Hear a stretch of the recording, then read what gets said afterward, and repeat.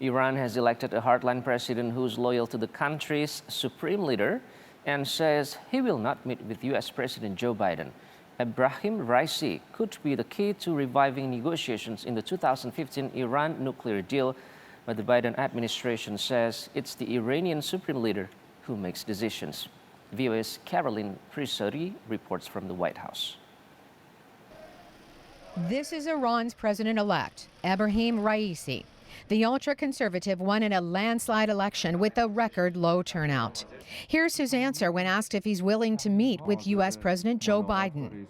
No. That did not faze White House Press Secretary Jen Psaki. Our view is that there is a decision maker here and that has not changed, and it is the supreme leader. The United States and 5 other countries are negotiating new terms of the 2015 Iran nuclear pact.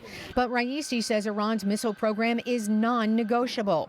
He also blames the U.S. for breaking its promises. You were obligated to lift the sanctions, and you did not. Return and fulfill your commitments.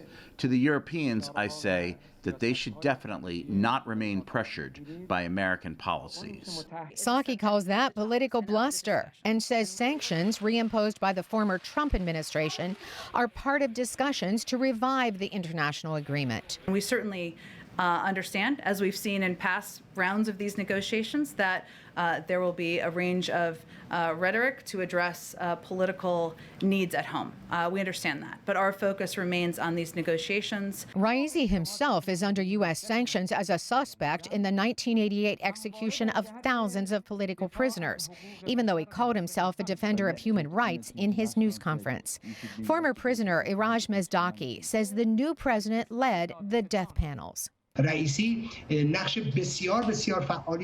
He played a very active role in comparison to other members of the Death Commission. VOA asked Psaki about those sanctions against the president-elect and his country. The new president will, of course, be held accountable for violations of human rights on his watch going forward. We strongly urge the Iranian government, regardless of who is in power, to release political prisoners, improve respect for human rights and fundamental freedoms for all Iranians. Raisi is a protege of Iran's supreme leader, Ayatollah Ali Khamenei. Observers predict he will not rule the country on his own and that significant challenges lie ahead. The presidency is beyond his capacity. He is not capable of addressing the issues of Iran's economic crisis or the JCPOA, which are very complex and difficult issues, if not impossible to solve. No one knows when the 6 world powers will meet again to discuss the nuclear deal. The U.S. National Security Advisor says there remains a wide gap on some key issues. Caroline Prisori, VOA News at the White House.